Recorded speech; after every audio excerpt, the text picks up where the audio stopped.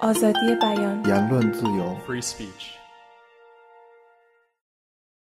When we first spoke about this a year ago, you said the really controversial things on the Wikipedias, plural, have been images. Could you say a bit more about that? Within Wikipedia, we end up with loads and loads of images, and just to focus on one in particular, the question would be, what about images of Muhammad? And so, as it turns out, throughout history, there have been artworks depicting Muhammad, but they're actually quite rare within the Islamic tradition, and certainly within a very broad segment of the Islamic world. They're quite taboo, and in fact would be illegal in certain places, and definitely something that people find, they find it worthwhile to send me email complaining about anyway. And so it's... You've had a few. Oh yeah, we've had many. We actually have a standard template in response because it comes in every day. And in fact, one of the things that is interesting is the way the community has dealt with the issue, and in fact is dealing with the issue today. Certainly, I obviously have the most expertise about the English Wikipedia because I read it and work in it.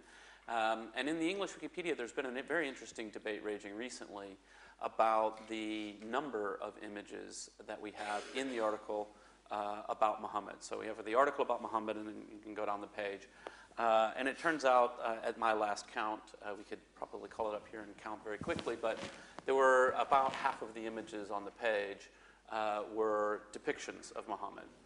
And a new argument has emerged, which has caught the attention of many people in the community, to say, are we actually, in fact, misleading the reader into thinking that this kind of image is quite common in the Islamic world, when in fact you really have to dig them up to find them.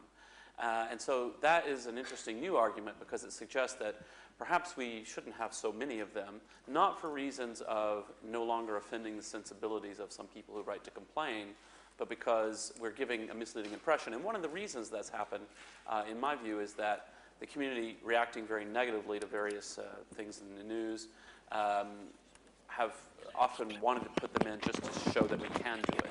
Which I don't think is always the best reason to do something. Can I just follow up on that? Because we did a bit of research on this, on our 13 languages. And here's the story. Have images of the Danish cartoons. The Danish cartoons, right? English, Spanish, Russian, and Farsi, interestingly. Because, subject to correction from the professor of Persian, or other Middle Eastern experts, there's not the same taboo in the Shiite tradition on the image. So the image is there on Farsi. Link but no image, the French and German sites, which seems on the face of it a not unreasonable position. You're not immediately confronted with them, but one click and you're there. More problematic, no image and no link, Portuguese, for some odd reason, Arabic, Urdu, and Turkish. It is no accident, as Marxists used to say, Arabic, Urdu, and Turkish. No image and no link, although the Turkish site does give you a nice Danish flag. Now, what do you think about that? Because my view would be that the problem is really the no link. That even the interested person on that site can't. Not the no image, but the no link. Yeah, my view is that the right way to approach the question is to think about what is the most effective means to educate the reader.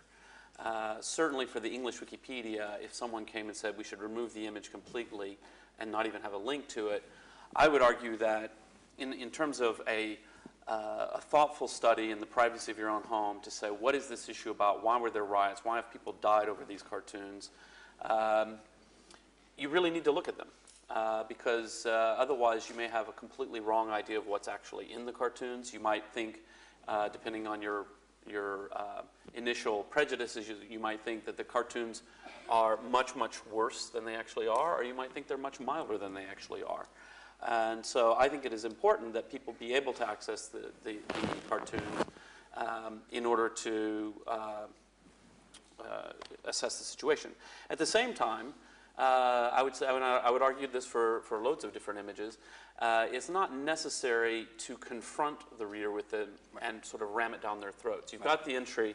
So my view is somewhere, actually, there's a third option other than have it or have a link to it, which is to have it, but have it hidden by a JavaScript. So it's hidden, and it just says, if you want to see the image, click here.